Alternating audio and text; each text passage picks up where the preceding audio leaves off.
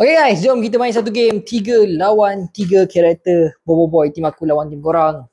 Jom kita tengok siapa yang akan menang. Selalunya aku kalah kan. Kali ni aku akan menang. Let's go. First karakter untuk tim aku dulu. First karakter untuk tim aku. Come on. Siapa yang kita dapat?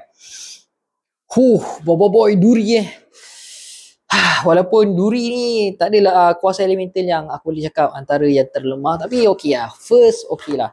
Okay, karakter yang pertama untuk korang pula. Siapa yang akan muncul? Come on.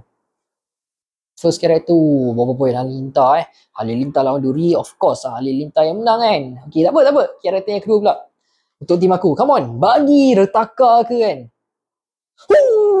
Ini baru padu. Amato, main karakter dalam anime series Mekamato dan juga bapa kepada Bobo Boy. Okay, karakter yang kedua untuk tim korang. Buat masa sekarang aku menang.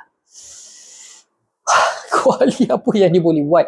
Amato tu capuk dia kuali ni. Settle masalah. Okay, karakter terakhir untuk tim aku. Come on, Mak datang.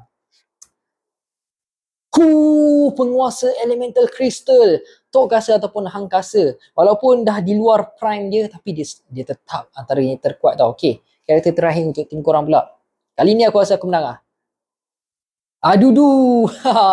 Adudu lawan Tokasa. Tokasa guru je kot, takkan Tokasa lah kan. Siapa yang menang? Komen dekat bawah. By the way guys, kalau korang nak dapatkan hoodie anime Naruto yang macam aku pakai ni, yang ni aku beli kat Shopee, tak sampai RM30. Macam-macam design ada. Lepas tu siap aku beli ni pula.